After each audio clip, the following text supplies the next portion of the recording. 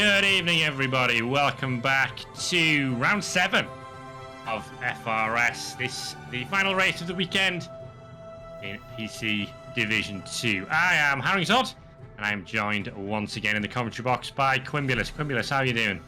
Oh, not too bad. Ready to wrap up another exciting weekend of racing. You know, we've done the FRS Classics in the first half, and now we're getting to, one we've visited just one time before.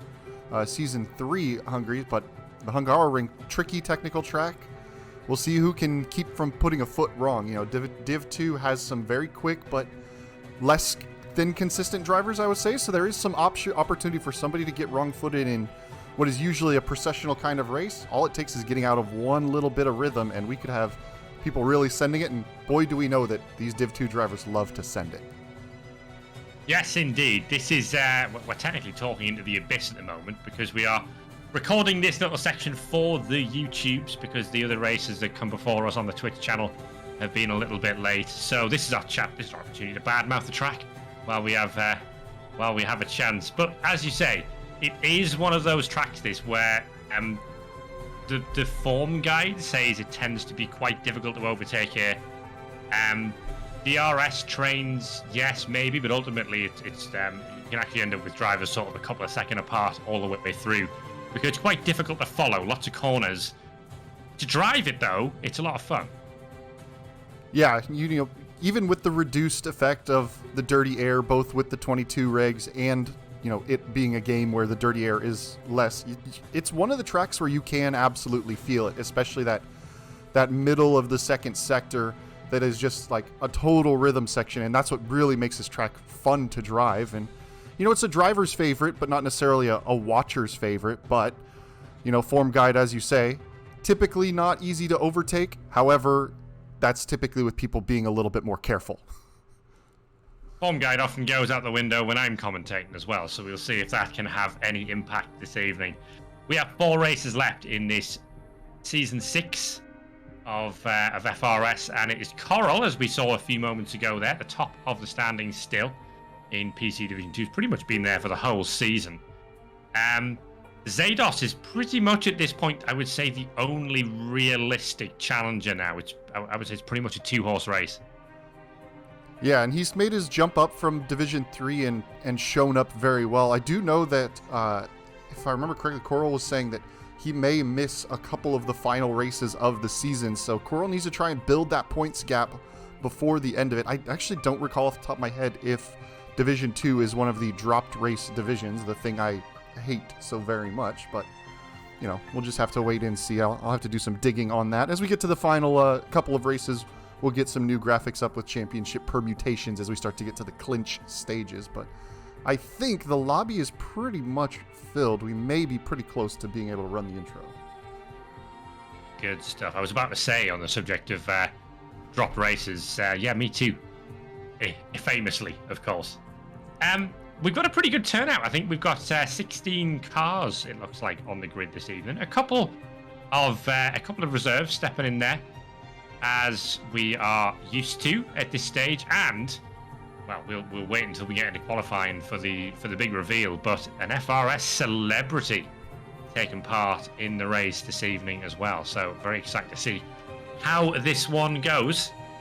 We're a few moments away, 4 races to go. If Coral gets a win here, even with 2 drop races, it might be enough, but we will have to wait and see. The interesting thing here is that Coral is taking part in this race after a 4-hour drive home. So we'll be a little bit on the tired side. Zados has to be up early in the morning, from what I gather from this Discord. So he's sacrificing his Monday to take part and try and get a good result this evening. It matters, you know, when you're putting the time in and putting the effort in, it matters to get those points in the bag and get those results. Yep, and it looks like the lobby is just about to go, so I will hand it over to you for the lovely introductions.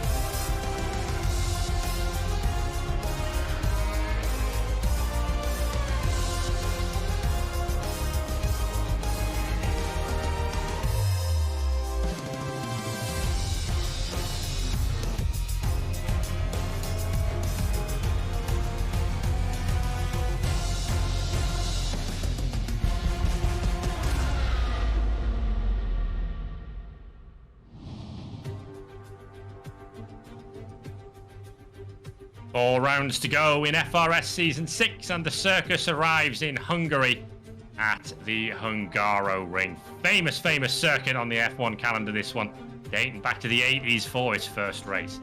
Sitting inside a natural bowl, this is the Hungaroring itself. 2.7 miles and 14 turns, one after the other.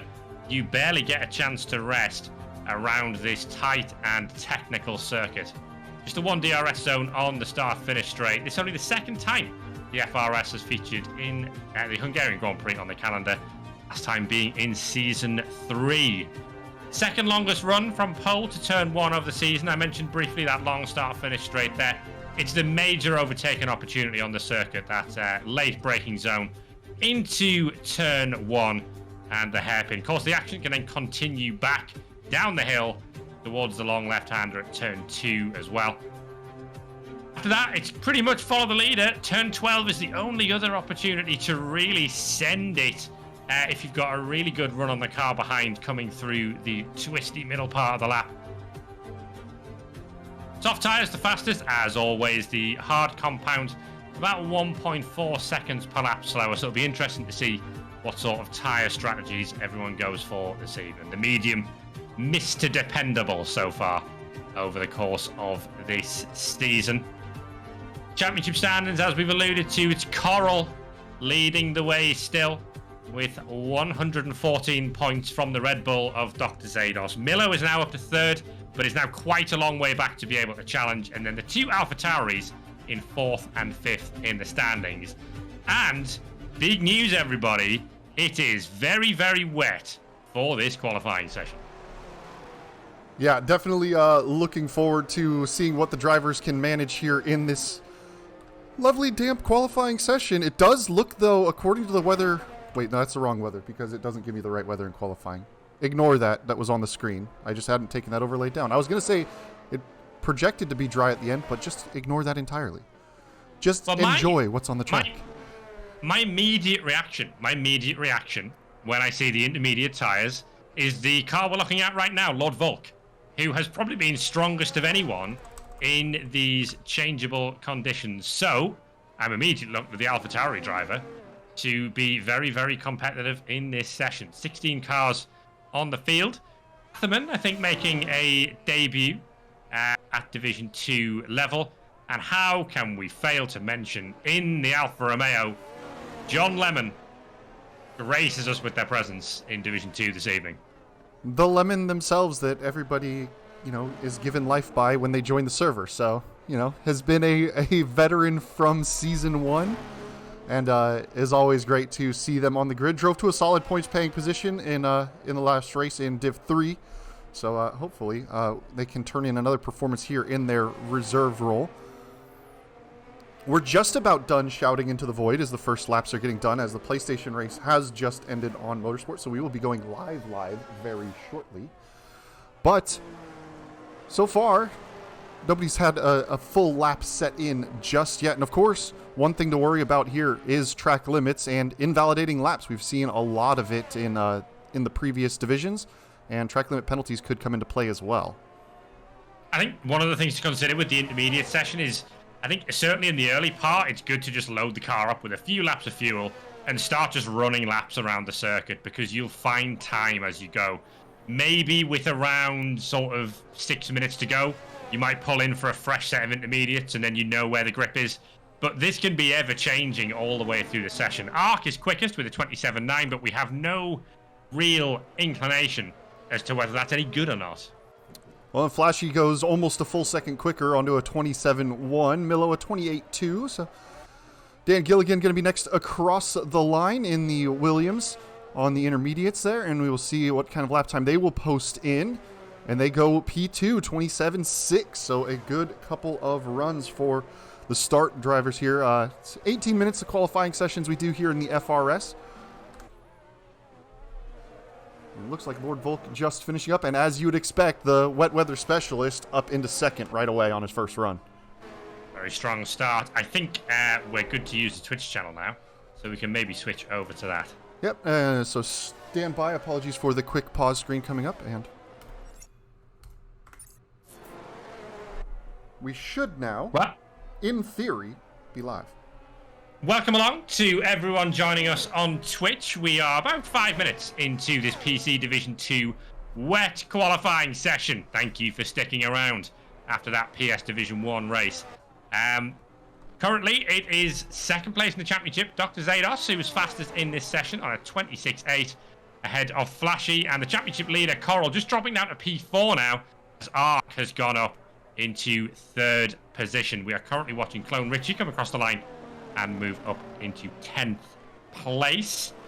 A few yellow flags around, but at the moment, a lot of drivers, all the drivers except for Stark, are out on the circuit, just running laps here to try and ensure that we can get used to the conditions and try and set a representative time. Currently looking at the Alpine of Garley, who is coming across the line and has improved up to second position.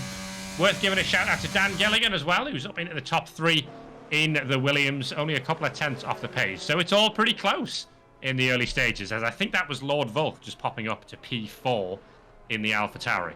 Yep, continuing to improve, and apparently it kind of breaks our overlay if drivers are doing multiple laps, but that's okay.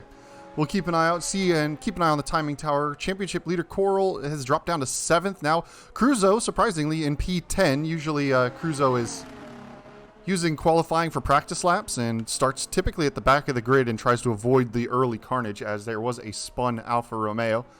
A couple of weeks ago, Alfa Romeo did the 17 stop and scored a double points finish, so we'll see what they can pull off this time. I mean, I'm excited to see what they're going to do, to be fair. John Lemon in the cockpit as well, of the second Alpha, replacing Bananarama for this evening's race. Just alluding to Cruzo there.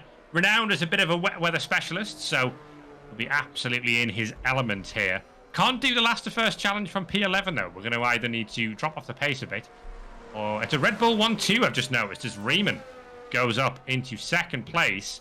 So Red Bull laying down an early gauntlet here. Milo's gone third in the Mercedes. It's all blue at the front in terms of our timing tower. I mean, it's a big surprise because all blue is like half the field, which, it is. From P1 to P6 is all blue, and then there's one break for Flashy, and then you have Arc again in the blue. So the only blue that's not in the top half right now so far is Pathaman, and I would expect they are going to find some pace before the end of this one. They've already had some experience in the wet weather. They just finished the PC Division 3 race, and Pathaman was reserving as a driver in that one. It was rainy. But Coral had just gone quickest, 26.6. Just put it in there to bring our attention back. John Lemon goes P2. Great lap from the substitute for this evening's race. Well, that'll be popular with the spectators. Very much and it's so. all changed at the front. Yeah, but also one thing I'm noticing from the onboard as I'm just riding along with Pinashiro here, there's no longer those wet streaks going down the halo. The rain has stopped. So at just about the halfway point of this qualifying session, how far does the track dry up? Ooh, big swapper for Pinashiro. Good save. Arc goes to the top of the timing towers. But yeah, so I think the track is just improving over and over. Who is going to be the first to dare out on dry compounds? I'm going to go as far as say it's not ready for slicks yet. We are still watching the Aston Martin of Penachiro run around this lap. We've also got Flashy on a quick lap and Cruzo on a quick lap as well. Flashy in that alternative liveried Ferrari for as long as that sticks around, I guess. We're currently looking at Cruzo in the McLaren. He's found 8 tenths so far in this lap, so big improvements, the track improving. And you mentioned the special Ferrari livery. That also means when we've had a decent number of incidents of it so far. The banana suit on the podium. Oh, amazing. So Flashy coming back should be quick and hungry to score a good result. And Cruzo right to second. Good. Hungary to score a good result. Oh, well, I'm talking about bananas too. So let's just go all in on food puns. Starko, we're on board with, has yet to set a valid lap. We'll see how he navigates the circuit this time. Yeah, so coming down to turn 2 here. One of those you can brake. You can brake fairly late, but as soon as you brake too late, you just run all the way to the outside of the corner and you're having a bad time.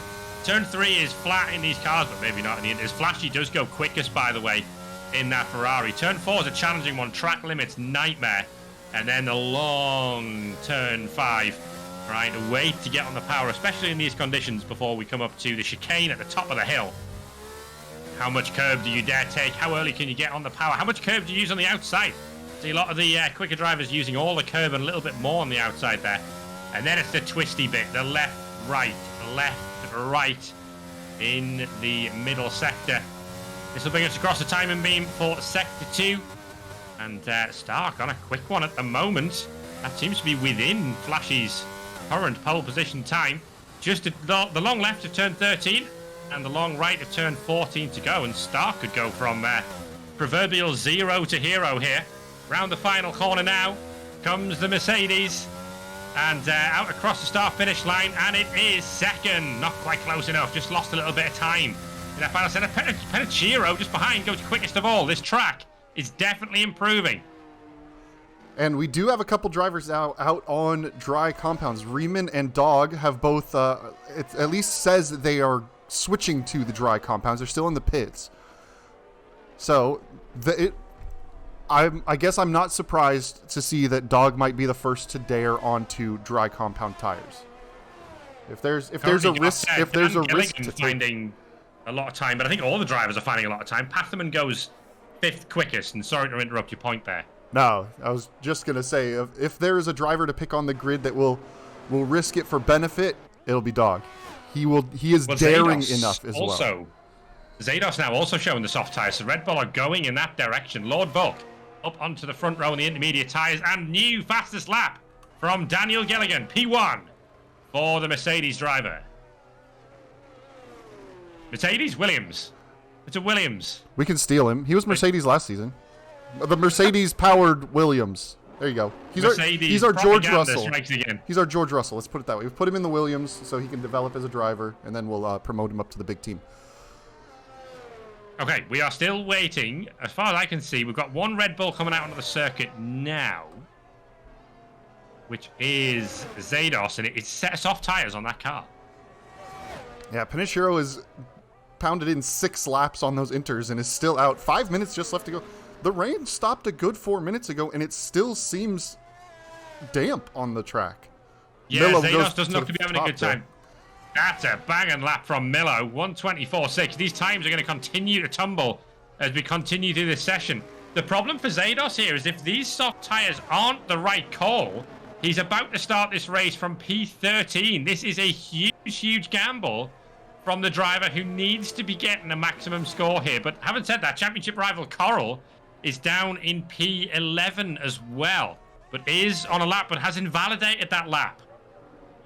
So it's high drama here, which is a few minutes to go. There's yellow flags everywhere, as you might expect. And I'm just I've just been watching Zados. I don't think Zados has looked hugely comfortable on this set of tyres.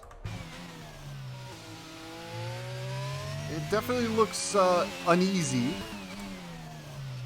They're over 2 minutes. It is just an out, or no, this is actually technically their first flying lap, isn't it? I think this is an out lap.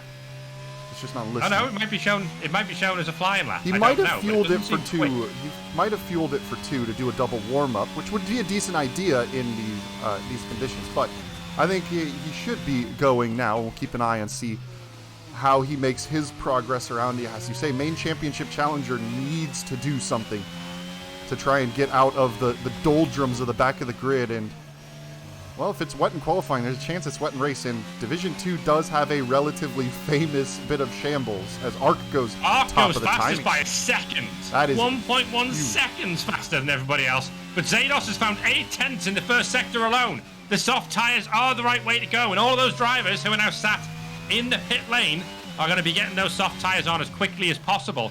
Are we in a situation now where Arc, Clone Richie, and Stark, the top 3, do they have enough time to get back to the pit lane and put the soft tyre on? It's going to be close. 3 minutes, just under 4 minutes left in the session. I think Stark and Clone Richie are kind of in the worst spot. They're going just through sector 1. Oh, and invalidation. Zados is invalidated. No. He's got time if he just pulls into the pits now, throws on a new set. He's got plenty of time to go out for a final run. There's no reason for him to really push and finish this lap. He should, theoretically, and as expected, come into the pit lane, but... Oh, missed opportunity, though. Missed opportunity to send a message. So everyone now seems to be switching to the soft tyre. We're going to have basically, it's going to be one-shot qualifying now. And it looks like the first one out of the pits after the change is Riemann down in 15th. At one point in this qualifying session, it was a Red Bull 1-2, and here they are in second to last and third to last positions. And Dog at the back. We got so many quick drivers at the back. Coral at the back. We got Zados at the back. Garley, who's been quick this season. It's a bit of a topsy-turvy grid right now, but wet qualifying will do that. And we talked about track limits in the build-up that nobody quite saw because we weren't live on Twitch. But, I mean, you cannot afford to invalidate here. And DRS is now enabled. DRS has become enabled, so it is officially a dry track. And now we are going to see, well, we're going to see huge time improvements just on both the tire compound and now with that extra straight line speed down the front straight. Only the 2 DRS zones, but it can make a big difference on this one because you're carrying so much wing that DRS delta is a little bit bigger. So there's 2 minutes left. These drivers at the front, Riemann for sure, the 2 drivers behind who I think are Garley and Dog, I think they've played themselves into a position where they should get a second go if they need it. Yeah, and some of these drivers in the pits need to get pulling out very soon. Otherwise, they're going to run out of time or even worse, find themselves having to lose time to drivers that are on flying laps and move out of the way. But a pretty tidy first corner for Riemann there. Tucks it in nicely for turn 2. So easy to wash out wide. And now you can see the yellow flags of cars having to get out of the way of cars on the hot laps. It's high pressure stuff. If you invalidate, you will start at the back. Riemann has found 2.2 seconds in the first sector alone. You've got to be on the soft tires now. It is truly one-shot quality, but as we've said so many times, or you've said, it's the FRS. How much does qualifying really matter? Well, yeah. give it 5 laps and that qualifying order will be just nonsense compared to what we see on the track. We're still sticking with Riemann in the Red Bull as we come through towards the end of the second sector. It's going to be a huge improvement. 5.8 seconds. All of the times you can see on the screen are completely irrelevant now compared to what happens over the next minute plus a bit as people complete their laps. Riemann is going to set the benchmark for everyone else to beat, and importantly, he has not invalidated, which is a good thing to do right now. Here comes Riemann across the line. It is a 1:18.5. Stark coming through the second sector here. Found some time as well. We'll keep an eye on the timing sheets. Milo doesn't move. Milo must have invalidated. Next across the line is Gali up to P2. Dog to the top of the timing sheets, though. So I think the timing screen is struggling. I think a few of the drivers who are still on out laps are showing as being on quick laps, so it's a bit of a mess. I think when people are hitting Sector 2, Penachiro goes quickest, but the Sector 2 timing line seems to be telling people that they're not on out laps anymore, which I think where the confusion's coming from. I mean, we need just a static camera at the finish line here, don't we, to see who's coming across the line next. Flashy is on a quick one. We're watching Cruzo. Here comes Ark out the final corner as well. DRS wide open. And that looks like it was... That's a checkered flag for Ark. I don't think Ark made it round in time. Flashy goes third quickest. I think Clone Richie and Ark didn't get round quickly enough to set a time. I'm trying to find who is actually on a lap at this point. Well, Zados is going quickly. Zados is in the second to last corner now in the Red Bull. Cruzo's gone 5th fastest. Here comes Zados, who needs this to be an absolute flyer.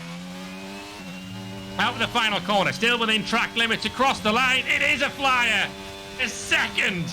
Dr. Zados clears the bar and clears the field. We'll grab what Coral. can The next Coral big... do in response? He's found lots of time in that second sector.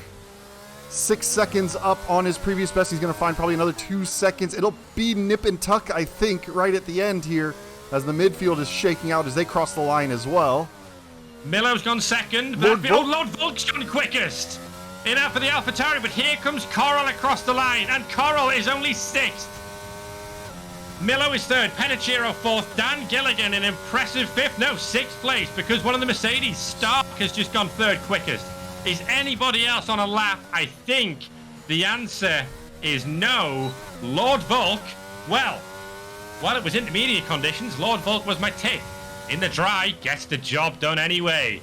Championship leader Coral will start this race from P7. A tremendous lap from Lord Volk. I think that might be his first pole of the season. But yeah, most importantly, Coral, who has typically struggled on starts, usually loses a position or two off the line, is now deep in the pack. This isn't the race to be caught in the midfield as well, because it can be really painful trying to get through. Lord Volk with a very impressive pole for AlphaTauri, the only driver to make it into the 1:16s.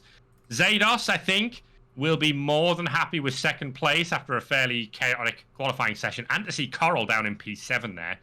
Really will be praying for one of these sessions where qualifying does actually matter. Mercedes, 3-4 in the grid. They can play a good strategy game from there. Petachiro and Dan Gilligan will share the third row of the grid, and then it's Coral and Doug, two drivers with a lot of pace, on row 4. Garley and Flashy rounding out the top 10. Yeah, and 4 drivers down at the bottom were unable to set lap times on the dries, so they had to stick with their intermediate times. And whether that was just them not getting out of the pits quick enough, or also, invalidations can happen as well. That is going to be one of the struggles. Well, the big question we're asking now, is it wet? Is it dry? Well, the forecast we had before kind of gave it away. Pretty sunny from what I can see here. So maybe that'll be a relief to, I would say, well, will that be a relief to Coral? Coral just wants to bank as many points as possible from this. It's going to be a challenge from P7, but the golden rule, stay out of trouble. Absolutely, yeah. Turn 1 can be a bit tight. It is a long run, as we said, the second longest of the season. So there is some slipstreaming, and definitely gives an opportunity for the field to fan out a little bit on their way into the first corner. But it looks like strategies are set, and I'm just going to silence the Croft while the broadcast formation goes away, and we will see what tires people have opted for strategically.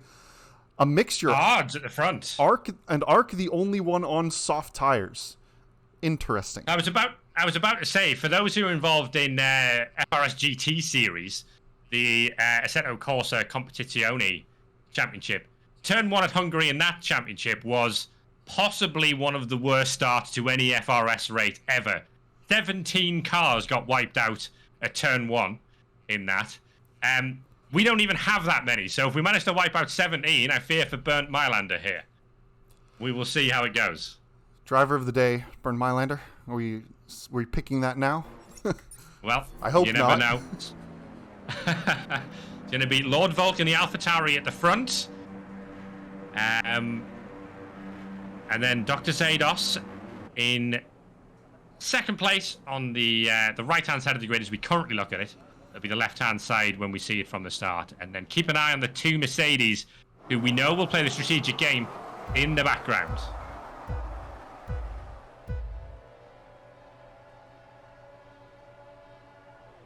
It's lights out and away we go in PC Division 2, and it looks like a good getaway for the 2 cars at the front. Volk's holding the lead. The 2 Mercedes side by side. Keep an eye on Dan Gilligan on the inside in the Mercedes. Dr. Zados to the outside.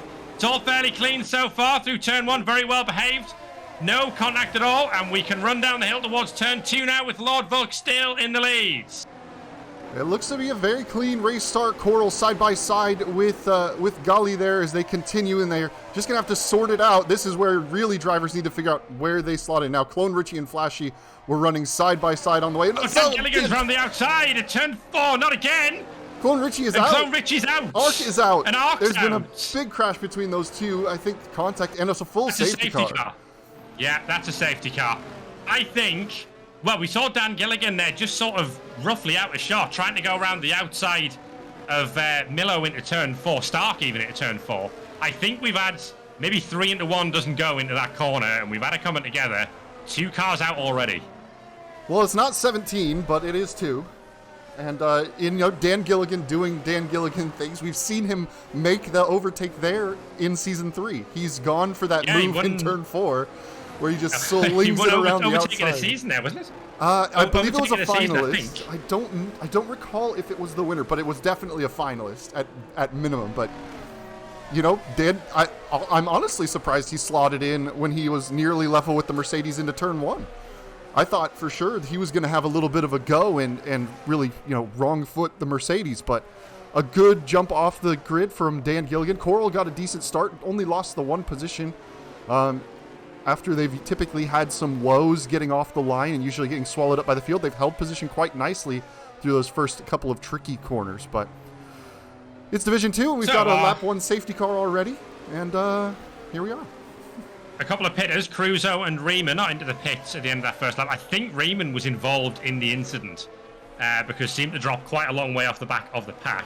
It does mean that our only driver who was on soft tyres is now out of this race, so we will never know how that experiment may play out. But a good start for Lord Volk and Zados, and Mercedes have switched around, but will be more than happy. Flashy currently has spun the car under the safety car conditions, but is okay. As long as he's managed to avoid damage, it looks like that front wing's all intact. And, well, there's Cruzo down in 13th. He's only lost the one stop, but he has made a stop, so he's on a new set of medium tires. Yeah, so he must have gotten involved in that incident as well. So Riemann and Cruzo both having to pit. Surely they wouldn't have done so unless they had damage. Yeah, certainly not for the medium tires from Cruzo's perspective, so there must have been an issue there. So, at the front, very well behaved. At the back, not so much so. 3, maybe 4 cars involved in that one. I think we're going to be doing one more lap behind the safety car, and then we'll get this one back underway. So we expect the hard tyres to be able to go pretty much the full race distance. I don't think... From the graphics at the start, was it 29 laps? Yeah, I can do 29 laps of green flag, at least in my testing that I do every week for these things, where I just drive the tires until they explode. That is at least what it says. So we do have a couple laps under safety car to soften them. So Riemann may be able to get to the end if it stays green the rest of the way on these hard tires. It'll have to do a little bit of managing. The front left really gets a little wonky. That's the heavily loaded tire around this circuit. And I was going to say Clone Richie is left position, but that's unsurprising because he is retired. The field is all bunched up, though, so we should be back to green flag racing relatively soon. Indeed, and obviously it'll be 2 laps before DRS kicks in, so you would suspect, as long as Lord Volk gets a decent restart, he should be safe for a couple of laps. And then it'll be whether Zados can stick with him. And also, we expect that Milo is the only driver in the top 4 who's on the medium tyre, so could be fairly competitive. We only had 4 corners of racing, but it also seemed like Mr. Gilligan was keen to get on with it as well. Yes, definitely racy, and definitely a good time for his flatmates to start tuning in and seeing. The man doesn't just speak. The man sticks his nose in all kinds of dangerous places with a race car, and oftentimes makes it work, and oftentimes makes it spectacular, even if it doesn't work. No context, Dan Gilligan. The man sticks his nose in all sorts of dangerous places. Safety car in this lap. And it'll be Lord Volk to lead us away from Dr. Zados. And then Milo and Stark again. Just the Mercedes patrolling. Keep an eye on things. They'll be on Discord comms with each other.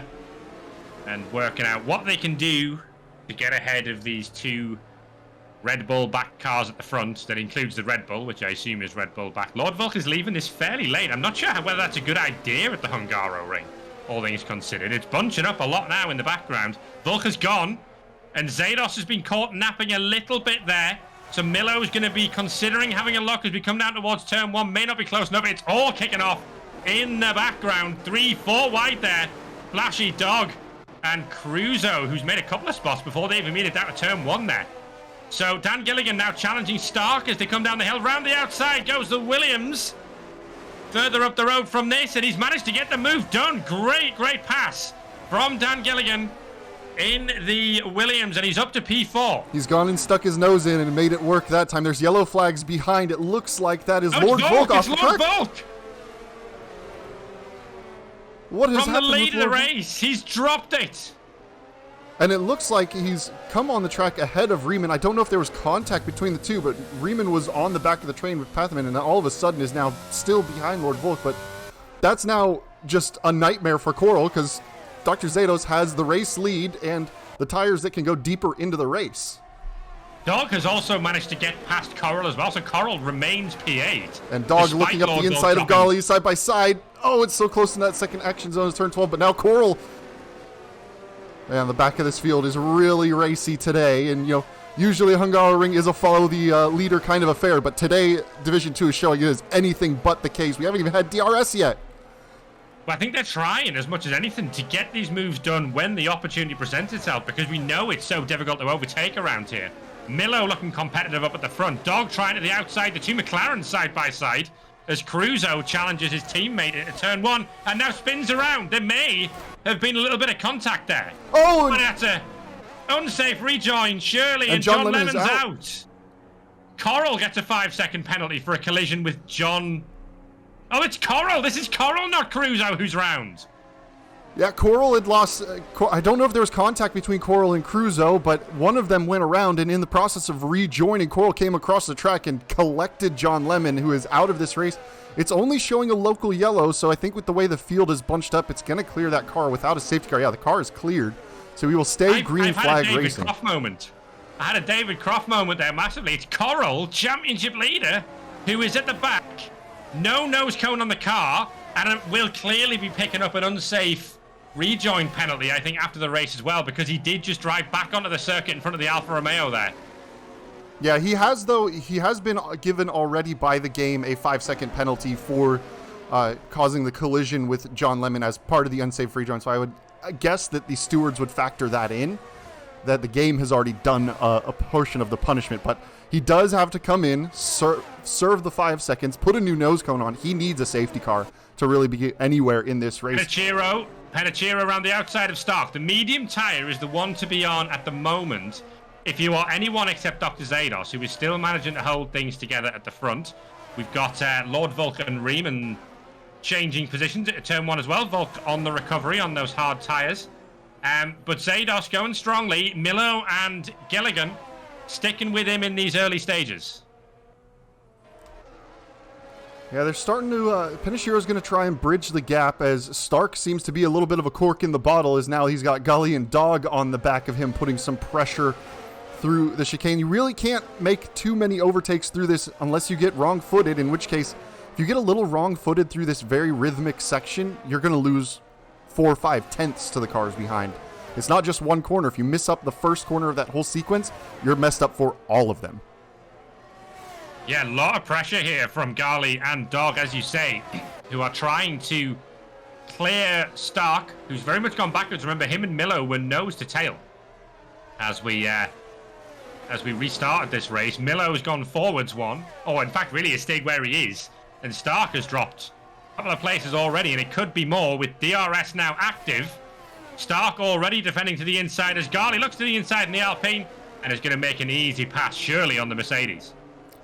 Yeah, I'd say probably... Oh, and around his Gali, it looks like he just got a little bit too much on the throttle. I think there was about enough space, and it has kind of caught Dog out as well, so it's made Dog drop to the back. I think it was a smart move from Stark to just not defend the inside. I feel like if he over-defended the inside, then Dog was going to come screaming around the outside, and he would have lost potentially 2 places, but I don't know if there was contact in that battle, but around is Gali, and he's got some work to do now as he's at the back of the field.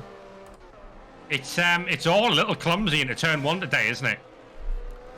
And especially on the traction zone for turn one, it's off camber, it's downhill, it kind of falls away from you. It's so easy to generate wheel spin, especially in an overtaking situation when you're really eager to get on the throttle, use that second dose of DRS down towards turn two. You just get a little over-eager, you get a heavy right foot, and as we've seen, cars go around, and Pathaman has had a bit of a spin, it would appear. Solo spin, we'll check in on them just real quick, and we'll come back to this battle. They seem to have gotten away without any damage, so I just wanted to see that. But Cruzo just on the back of Dog here with Flashy in the train as well. Who's got the straight line speed now? Well, we're about to find out. They've all got DRS on Dog, but Cruzo's quite a long way this time. Up at the front, Milo is right on the back of Zados. He's nearly in the back. Talk about sticking your nose where it doesn't belong. Yeah, medium tire still strong at this stage. Milo wants to get this done. And talking of Milo, remember the Mercedes driver is third in this championship. And with Coral like half a lap behind the field here and in desperate need of a safety car, this is a good opportunity. If Milo can win this race, that's about as much as Milo can do to try and launch a very, very late campaign to win this championship. Absolutely, and I'm not sure what the Constructors' Championship sits at the moment, but I do know that in the Teams' Championship, Red Bull and Mercedes are quite close to each other. So even outside of the division. There is stuff to play for between Milo and Dr. Zados. Fastest lap of the race from Coral, but won't score a point for that at the moment because we are still down in P13 and 35 seconds off the back of the pack. But then realistically, it's another sort of 10-15 seconds up to the actual points paying positions there. 12 seconds, 15 seconds up to the points.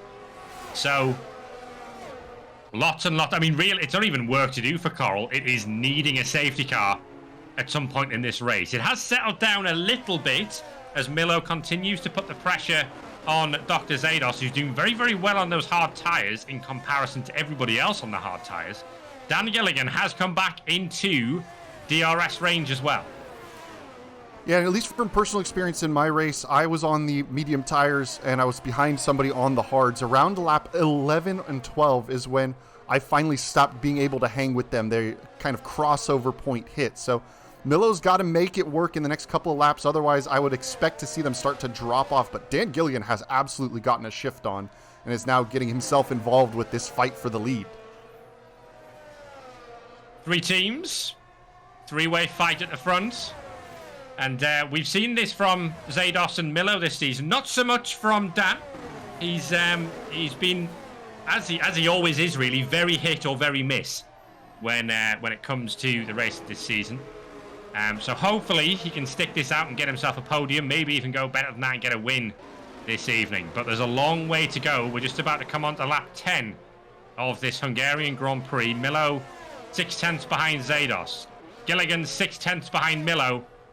And it's very much status quo at this point. Pediciro is just about keeping touch, about 1.8 seconds back in P4 as well. Yeah, he's managed to make a little bit of ground back. A couple of laps ago, he was sitting around 2.5, 2.6 seconds back. Now it's just 1.8, so it is starting to close up to that lead pack a little bit. Is Zados maybe managing a little bit, knowing that Milo's starting to drop off and not going to have the pace he needs? Because, you know, Dan Gilligan and Pediciro are both reeling in this lead. Oh, and Milo's around into the barrier. He's got no front wing, but he's not out of this race. Oh, that is not a good he nearly takes out his teammate. He does take out Dog. And Dog is out of the race. And it's going to be a safety car. And that is Dog's points-less streak will continue. Now, Milo wasn't stationary there, it must be said. I think he was trying to get out of the way, but the car wasn't stationary. Dog went to the left, and Dog was wiped out. No fault of Dog's own on that one. Milo just should have stayed stationary. Well, there's that safety car that Coral was hoping for. Now, up at the front, Dan Gilligan's going to pit off the medium tyres. Zados stays out. This isn't the time to be on the hard tyre. If you're on the medium, this is great for a pit stop. Oh, but now Dan's sped in the pit lane. Remember what I said about very hit or very miss? That's unfortunate. As expected, Pediciro also in off of those medium tires. Cruzo, Milo, Gali, all coming in off of those medium tires. The hards can get to the end from here. So now it's just going to be a matter of how it goes. And, of course, attrition continues. Only 12 runners left in this one. We said this is normally a quiet race where not much happens. We've lost 4 of them in the first 10 laps. 2 of them have been from unsafe rejoins. So if you're in the steward's room this week, have fun.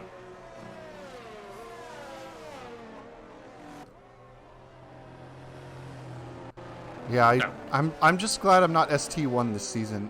Last season I had to do Division 1, Division 2, and it was tough, let's say. If I have my mental arithmetic correct here, the driver who is roughly in the lead of this race, net, is now Pediciro, on the basis that Pediciro, in theory, doesn't have to make another pit stop here. All of those, the top 5 who are on the hard tyre, all are going to have to make a pit stop. And basically, they now need another late safety car to bring them back into play on the better tyre. But then those who were on the hard tyre at that point would also just pit anyway. So I feel like those who start on the hard tyre, that is proving to be a poor call. Interestingly, Coral hasn't boxed. Well, Coral was just going by the safety car when it was called out. I don't they've gone past the pit entry once, but they've stayed out on the medium. Yeah, an interesting choice from Coral, although I'm not sure what tire they started on. They've made a stop. If they started on the hards, they probably already have that set scrubbed in, although I think they pitted off of lap 1, so it wouldn't have mattered. So they should only have 1 lap old hards done at this stage. Well, and after the race 2 weeks ago in Miami, it was fairly heated in the PC2 chat. Fingers crossed it can remain civil. Just take 10 minutes to go and grab a beer and chill out, and it's not the end of the world. It's frustrating. It's definitely frustrating, especially when it's these unsafe rejoins that are not your fault and it's someone else not sticking to the rules. But, you know, it's not the end of the world. So hopefully things will remain all right and we can try and enjoy the last sort of, 20-odd laps of this Hungarian Grand Prix that has been action-packed so far. Yeah, if there's any indication there is no justice in motorsports, Milo makes the unsafe rejoin. Milo is still in the race. Dog is the one who was retired by the contact. There is no justice. Yeah. And Pathaman spun under the safety car, and Coral is up into 11. You can say the same for Coral and John Lemon. Yep. Coral did the unsafe rejoin, and John Lemon is out of the race. So that's the break sometimes. And not the brakes that slow down the car, because those would have helped if they used those. More like the brakes of the suspension. Yeah, there's lots of different brakes, and all of them are involved today. Safety car is in this lap. A late call by the safety car coming in. It usually calls in at the second sector split, but now it is called just now, so Zados really has to slow the pack up. So those who have been on the hard tyres and were struggling are going to continue to be on the hard tyres and struggling against those who were on the hard tyres but not the old hard tyres, if that makes any sense. It's Red Bull, Mercedes, Ferrari at the front as Zados leads us away, and he seems to have got a decent jump on Stark, who is immediately on the defence against Flashy and Lord Volk.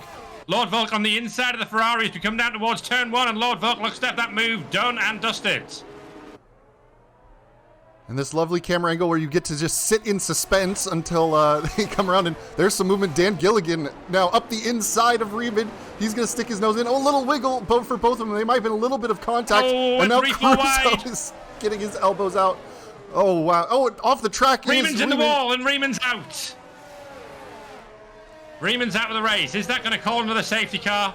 I think he's far enough off the track that it'll just stay a local yellow. It hasn't called it yet, so I'm going to assume they're probably going to clear it. But there was a lot of argy-bargy there at the restart. It's really clumsy. All I can describe this as is really, really, really clumsy this evening. It was Dan Gilligan who kicked that off. He stuck his nose in a dangerous place, and he made a little bit of contact with Riemann that got Riemann out of shape, and then Riemann is essentially just spending a lot of time trying to recover the car as we see Lord Volk go deep there into turn 12. And then he was just trying to recover the car and got battered around by more people. I don't know whether he lost it on the curb, but he was off it at the wall and out of the race. And we're down to 11 as we come on to lap 13 with Zados almost 2 seconds clear at the front. Just Division 2 things. Flashy, biggest gainer of the race so far, up 6 places and challenging for another one. Milo down 6 spots into 10th, but you can see the amount of movement quite clearly. Qualifying doesn't matter. Indeed. Well, there's a yellow flag. That's Pathaman off at the back. Coral is now back in the points, as is Milo. And Coral now right up behind his teammate, who was the person that we were fighting when we started all the mess. Many, many, many moons ago. And you know, for a team that has one driver leading the championship, there's not a whole lot of team orders going on at McLaren. They are... I don't think there's any love lost. They're very Hamilton-Rosberg 2016, except only one of them has the championship points. Yeah, Vettel-Weber, maybe. Multi-21, yeah, that Cruzo. Might be more like it. Zados is gone. Gilligan is through on Lord Volk. Into turn 11. Gilligan, what a Gilligan's move. on a charge. He's already passed Flashy. He's passed... Flashy was run wide there on turn 12 and has lost the position to Pinachero. But yeah, Dan Gilligan is absolutely on it pace-wise today. Well, the man's got 5 seconds to make up on Pinachero, Man's getting on with it. That's all you can say. Stark next. Well, yeah, he's got DRS on the Mercedes ahead. Although it looks like Stark may be running one of his classic much lower downforce than everybody else around him strategies, because even with DRS, Dan Gilligan lost time on the straight. Yeah, I don't think Stark believes in downforce. I think he's now even at the Hungaroring, I think he's fully committed to 0-0 wings. Yellow flag, and Zados is off the track. He's still running, but he's got no front wing, and he's got to wait for the entire field to clear to rejoin. Oh, Stark is in the lead with Dan Gilligan 3/10 behind. I mean, what's going on in this race? This is insane. It's the classic Zord round 7 of the season where it all goes crazy. Stark leads, having been one of the slowest drivers on the circuit over the course of this race. 3-second time penalty for Flashy. Dan Gilligan, 2/10 behind. Oh, that was a wiggle from Dan. All out of shape. All out of shape there. He is keen to get on with this. That was quite a wiggle there. We've seen lots of drivers across all the divisions retire in that corner. That car gets loose and just spears to one of the inside or outside walls. But look, there is a DRS train from Stark down to Coral at this stage. P1 to P7, all within a second of the car ahead. Close enough. I think Dan Gilligan is close enough to take the lead this time as they come down towards turn 1. He's going to move to the inside of Stark in the Mercedes and on the fresher tyres. Dan Gilligan takes the lead of the Hungarian Grand Prix. He is on fire today. If only he hadn't sped in the pit lane. And Milo and Cruzo duking it out. Milo has gotten by Cruzo a little further down and is going to try and strike off after the next McLaren driver. And, well, Milo's got some time to make up because they will surely be getting quite the hefty slap for that rejoin.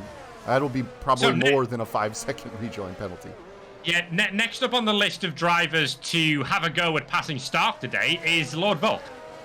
In the AlphaTauri, we then got Petachiro, who's on the fresher tyres, not able to make the progress that Dan Gilligan has been able to make. And I think Gilligan is possibly the greatest overtaker around the Hungaroring in the FRS.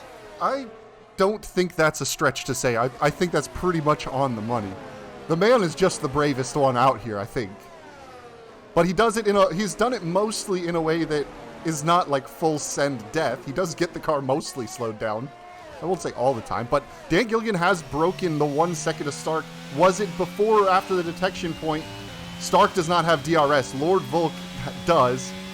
But again, look at that. Look, Stark is still gaining time down the front straight with no DRS. What's a wing? We got to stop the porpoising, lads. It's fine. Yeah, you can't. It was a little out of shape there, Stark, out of turn 1, though. Yeah, you can't have porpoising if the rear of the car is not being pushed down to the track to generate the stall. It's just stalled all the time. Look how he struggles in the corners, though, and Lord Volk is all over the back of him as we move at the halfway point of one of the clumsiest FRS races I think I've seen. But see, now the real question is, obviously Stark is much slower in the corners than Lord Volk. Does Lord Volk have the send it gene that Dan Gilligan does to try and make a move on Stark? Well, I mean, both of these guys, this is actually hurting Petachiro, who's kind of stuck on those fresh tyres. And Dan Gilligan, if this keeps up the way it is, may actually be able to get the 5 seconds that he needs to be in play to win this race. So Stark is doing him a big, big favor right now. Absolutely, and the field is still relatively bunched up aside from Zados, who had to make that wing change. I mean, 8 seconds from P1 to P9. I mean, we've gone from a situation where Zados was leading the race with Coral 35 seconds off the back of the pack to Coral on for a points finish and Zados 25 seconds off the back of the pack. Time for Stark's defense school into turn 1 once again. Lord Volk not sending it. Well, who needs... In the background, Coral is going to the outside of Garley. And Coral's wide and off the circuit there. But he's carrying some momentum. He's back on the track. But now, if you're Stark, do you need to place the car defensively if they just can't pull alongside you on a straight? Well, here comes Volk into turn 4. He's on the inside this time, and this is going to be 2 into there. Oh boy, I held my breath on that one. And Stark holds on, despite running off the circuit there. Yeah, I don't think he had much of a choice. I think he did his best to stay on the circuit. Yellow flags. Milo is out. Oh, Milo's gone. And that's a full safety car. It is. Zados gets his safety car. And now all of these guys on the hard tyres can pit for the medium. If you're Gilligan, do you serve this penalty now? Do you box for yes. mediums and serve this penalty? Yes, because everybody yes. you've got 3 seconds to the car behind. Everybody else is going to box as well. You serve the penalty. You lose 2 positions compared to everyone else. Lord Volk almost ran into the back of Stark there, but at the front, Dan Gilligan is staying out. Dan Gilligan is staying out. I don't like it. He's now got it. He doesn't have Stark as a buffer, and he has to make up all that time to Penachiro on his own. It's bold. Oh, and Lord Volk is overtaken on the pit lane entrance. He's done the Sebastian Vettel. I can't believe I've just seen that. If you've got like if you've got like Shadow Play or something, record it because I didn't catch it. You got any way to do like last 5 seconds? That would be incredible. But I didn't see. Why would I look at the pit entry? Why would I look at the pit entry? Nobody overtakes in the pit entry until they do. Insane.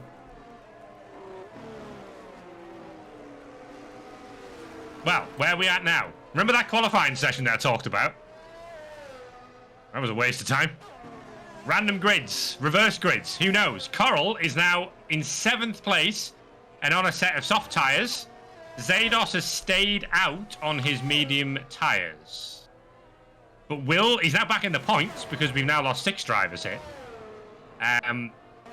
What is going to happen next in this absolute lottery? The 4 drivers at the front have now got the tyre disadvantage. Yeah. Well, so there's one thing going on in the chat is they're asking, is that overtake in the pit lane kosher because we are under full course / safety car conditions? But I'm pretty sure that the pit lane entry is not considered an active part of the track, and it's why you are no longer bound by the delta when you pull in. You can actually run faster than the delta for that last little bit, and also, you know, you're allowed to change positions in the pit lane because otherwise you'd have to wait for the other cars to release. The pit lane, I think, even under full course yellow, is raceable for those short couple meters. Things that haven't happened in this race. Safety car spinning out. Streaker on the circuit if anyone's got some spare time and wants to volunteer. What else hasn't happened in this race?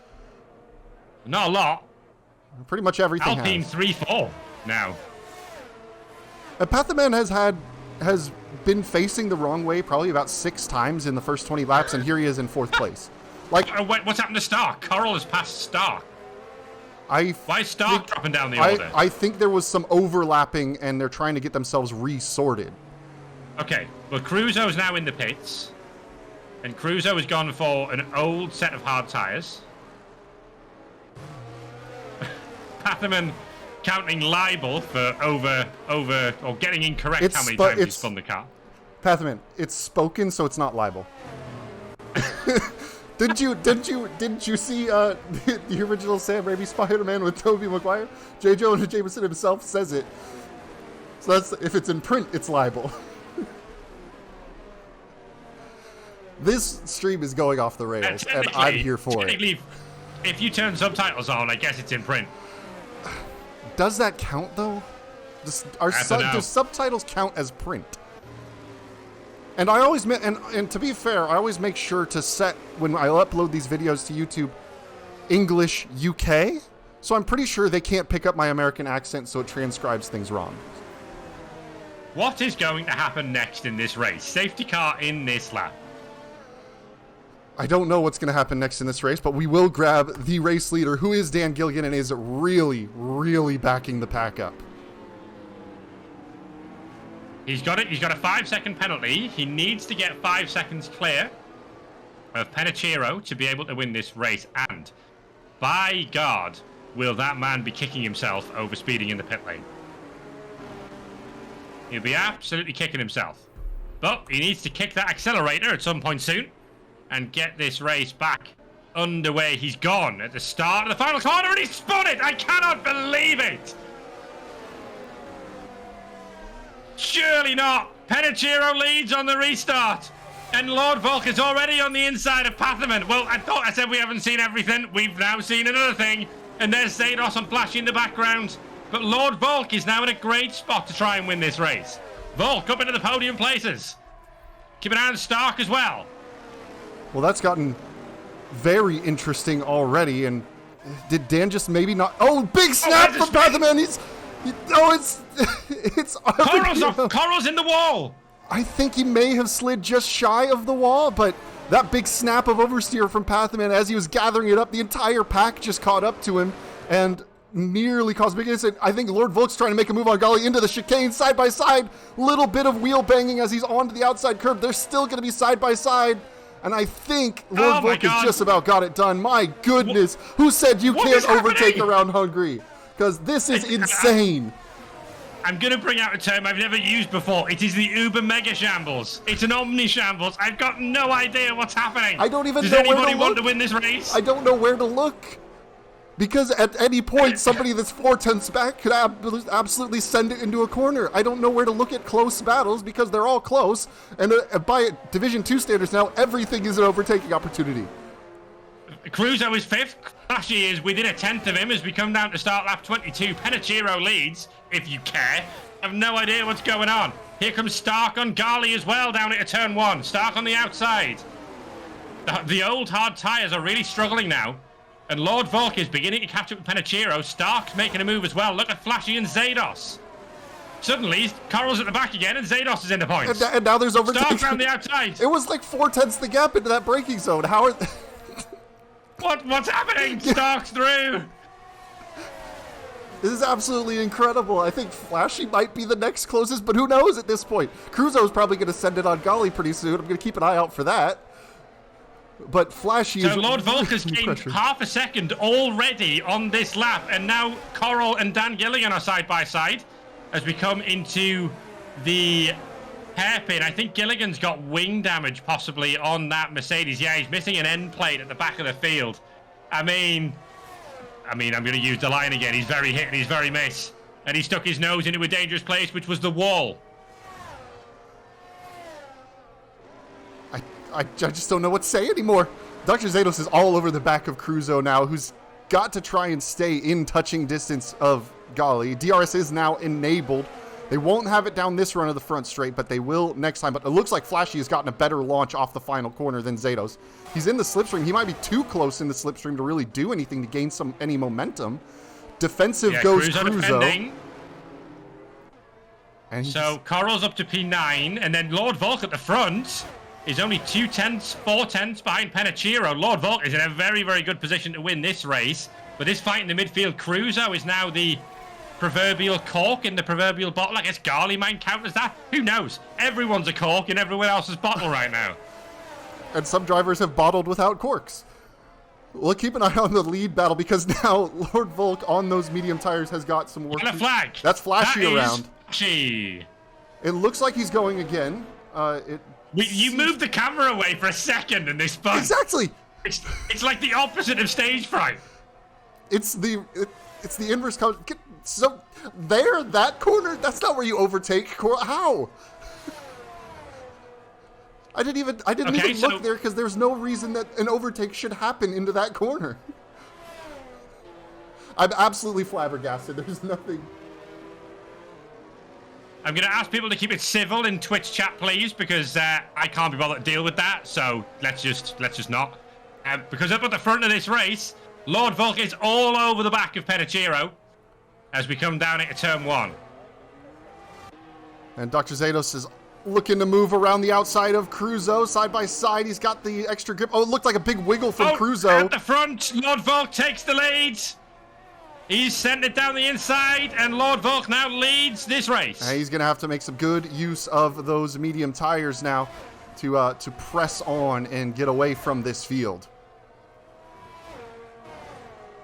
The championship standings are a lottery, basically, at this point. I don't know. Does anyone want any points from this race? It's hard to say. There's a fastest lap point. Oh, big snap of oversteer from Cruzo. Coral is now going to attack down into the chicane. Oh, Cruzo is pushing and getting all out of shape. And we went from a train of like 7 cars altogether. Now it's calming down. It's spacing out a little bit. But here we are back with the McLaren battle. Yeah. So for the championship, Coral would very much like Cruzo to let him through here. I don't know whether that's on the menu, though Coral has considerably better tyres, it must be said. But Coral is not going to be able to get to the end with those tires that he's got. Those softs are not going to get all the way to the end of this race, I don't think. Yeah, but there's going to be another safety car, right? Just stick another set of softs on. Just make sure you're not the one who's causing the safety car. I don't know. How can you strategize this? Just put some tyres on. As long as you got 4 wheels on your wagon, you've got a chance. Coral goes through on Cruzo in the background as we watch Zados pressuring Garly for P4. Sorry, I gotta do something if I can. Don't think I can. All right. Well, I was trying to do something about the Twitch chat, but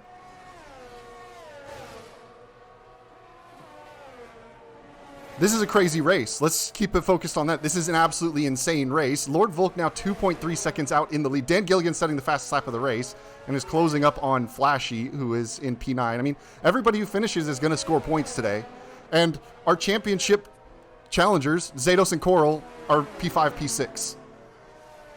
So I know the last to first challenge is a thing.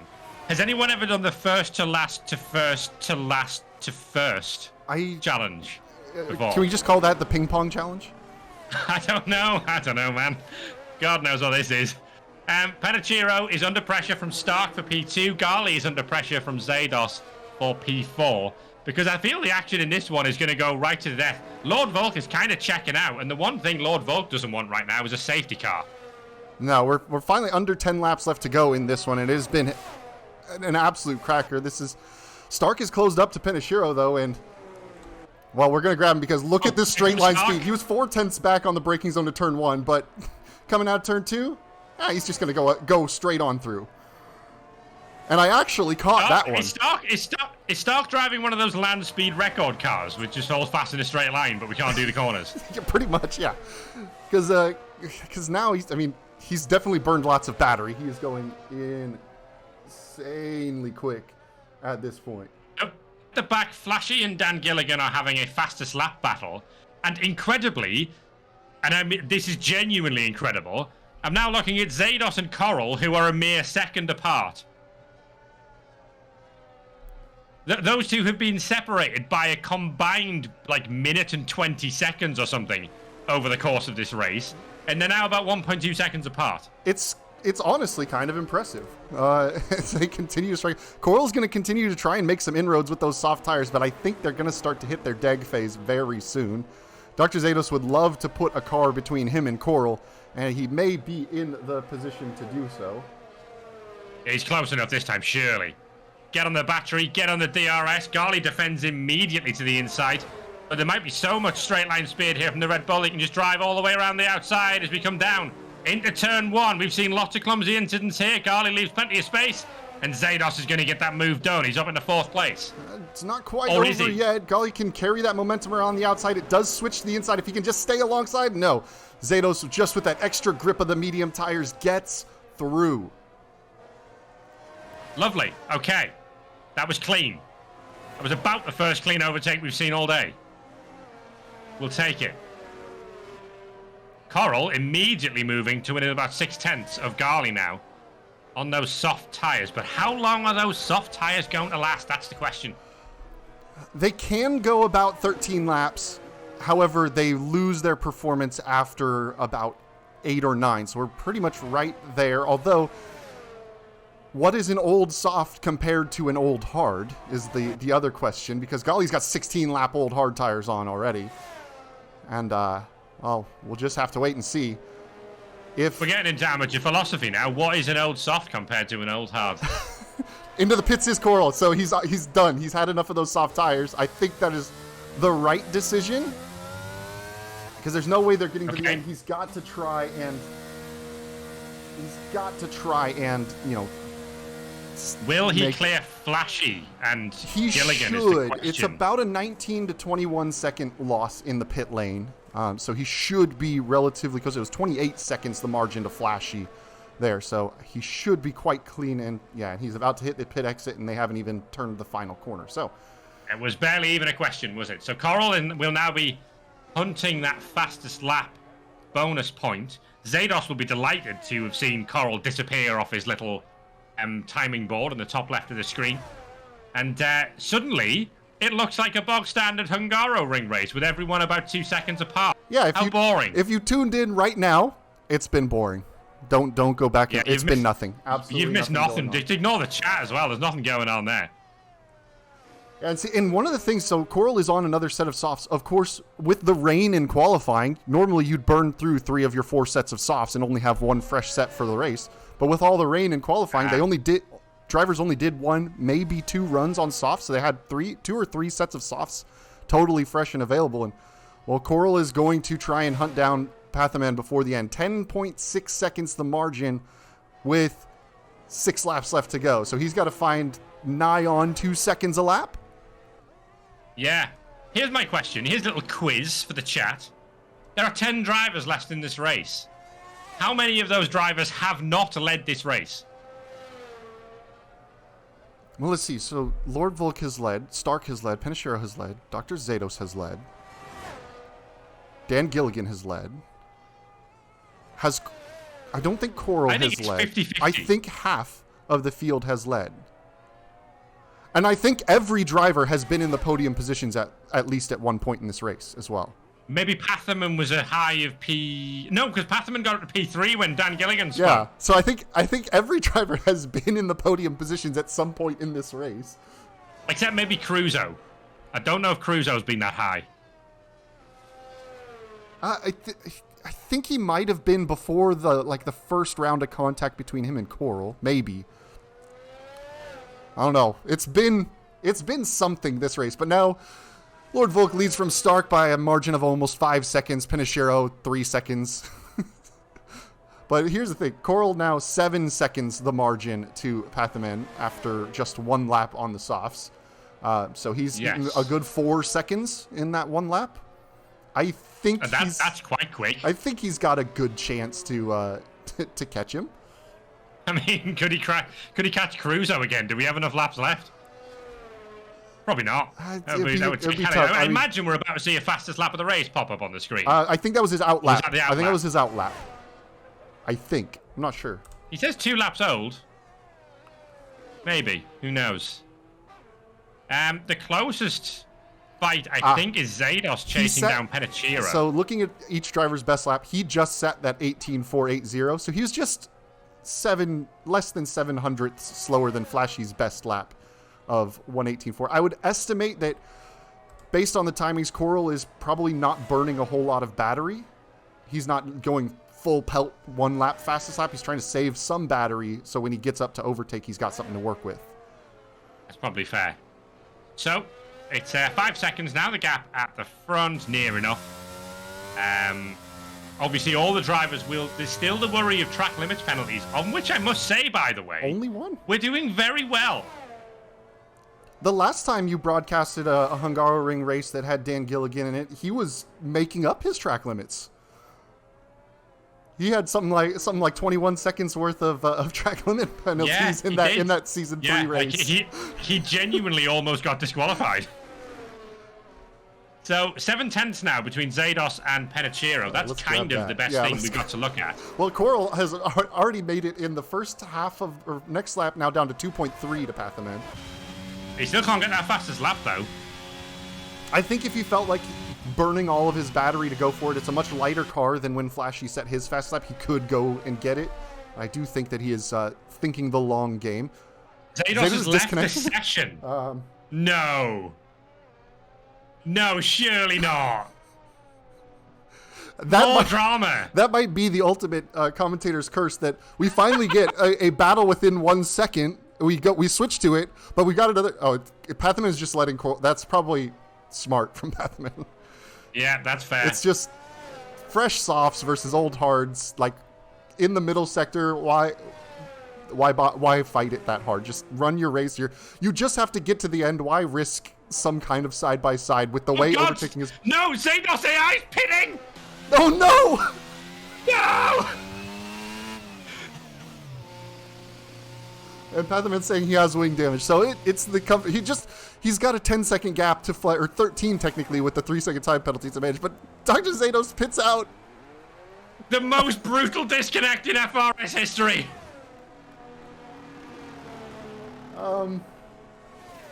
Okay. Is he gonna get out? He's out behind Coral. Oh no. Oh my god. He's out behind his main no. championship challenger.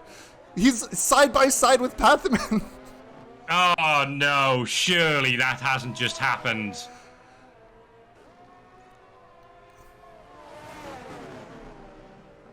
Well, I mean, genuinely, when I said I thought we'd seen it, what hadn't we seen in this race? A driver being disconnected and AI pit pit stop. I'm a championship contender. Dr. Zados has reconnected. He's going to go, why am I 7th and why do I have softs? Oh no. Come on. Come on, that might...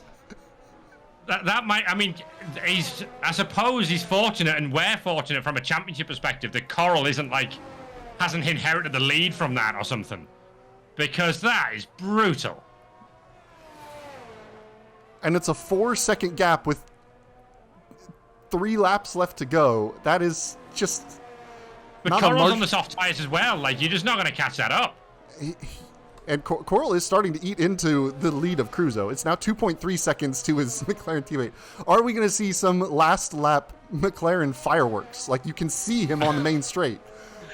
All right, let's raise the bar. Let's get some predictions. What could happen that could be more ridiculous than that? Multi-21, Seb. Multi-21. I don't know, maybe someone starts lapping in reverse. We're reaching that stage now. I'm not encouraging that, by the way. Let's not do that. No, but as it stands, Lord Volk 6 seconds out in the lead from pole position. You know, boring race. Take pole, win. Easy, right? I think it's... Is it an 8-point swing, or is it... Because it was going to be... It's 8 points plus the fact that Coral is getting more points than Zados now. So I think it's more like a 10 to 12 point swing. I think it'll end up being roughly 12. Oh, big snap from Cruzo. Now Coral is in DRS. They still have 2 full laps left to go, and Coral is in DRS of Cruzo. Cruzo on old hard tires.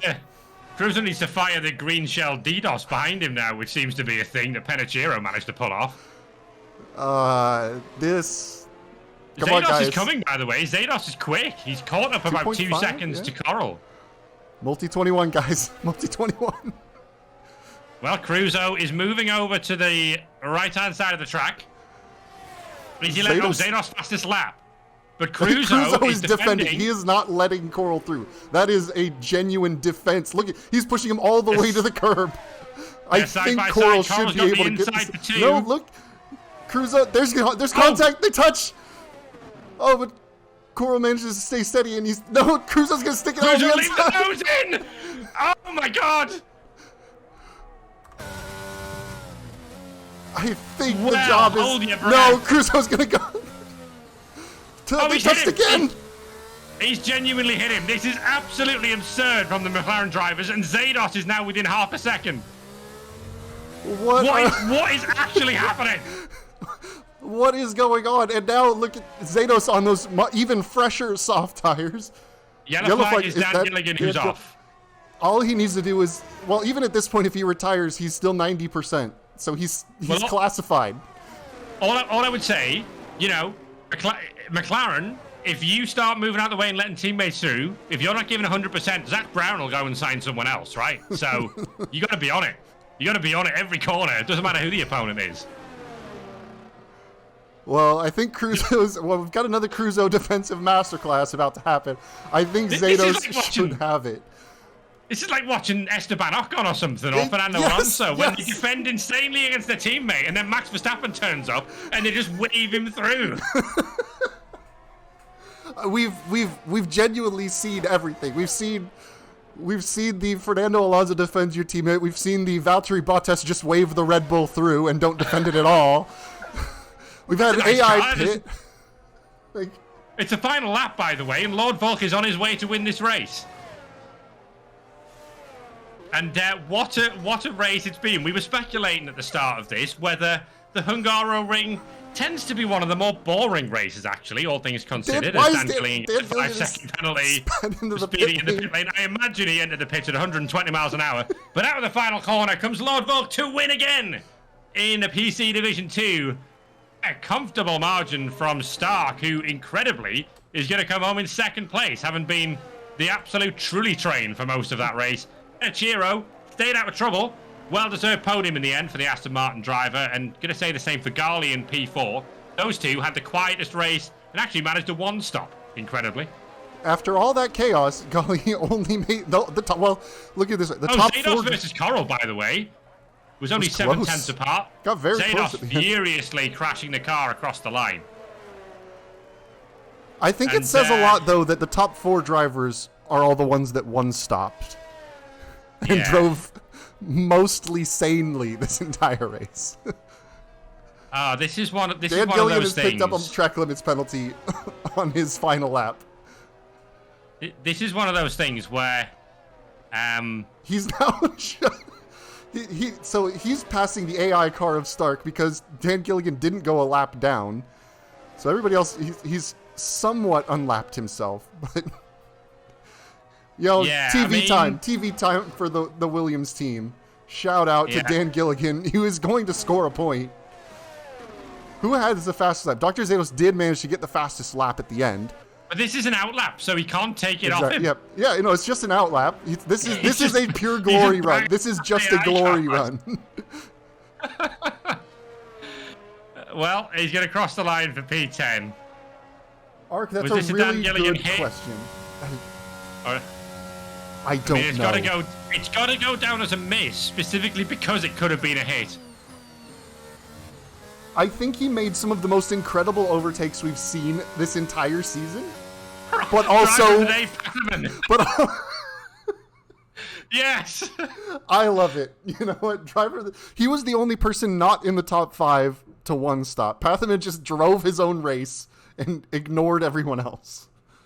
He just drove. Someone suggested in chat there that, like, I really hope drivers continue to turn up and that frustration doesn't kick in here. Because, and I know if you're actually driving in this, it must be frustrating, but by God, do I respect them. It's like some dodgeball quote. Like, it's just so entertaining. It's unbelievable. I mean, for the first 15 laps of the race, I couldn't point the camera anywhere. We were missing overtake after overtake because people were just going at it. And I'm sure it's probably going to be a busy week for the Stewart crew. But it was wild. Lord Volk's the winner. Lord Volk is the winner after all of that. Started on pole, won the race, lights the flag, nice and straightforward. By 7 seconds. Stark up from P3 to P2, nice and straightforward. Has a 4-second gap. You see, what I'm getting from this is that, they say the right-hand side of the grid is cursed at the Hungary ring. Yeah, it is. 1, 3, 5, 7, 9 on the grid was your top 5. Well, there you go. Well, that was... that was something. I don't even know what to make of it anymore. How do I go on living after that? Nothing will ever reach that level of excitement. I don't know how you picked the bones out of that one. That was truly something else. I've got my own personal list of like most entertaining races I've commentated on. You're looking at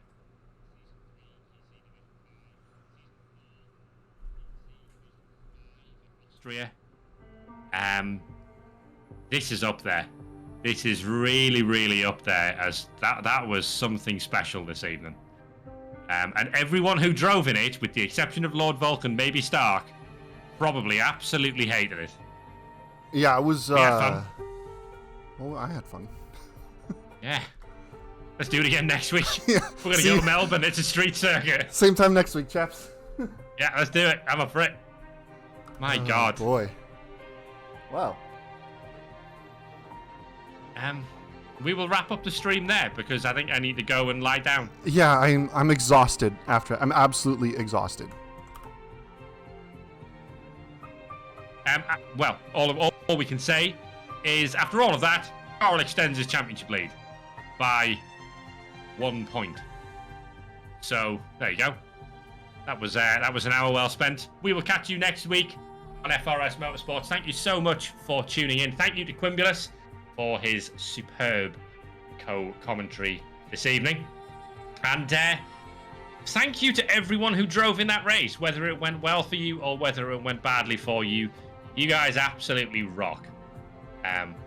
Enjoy your weeks, everyone. We will see you in a week's time. Down Under.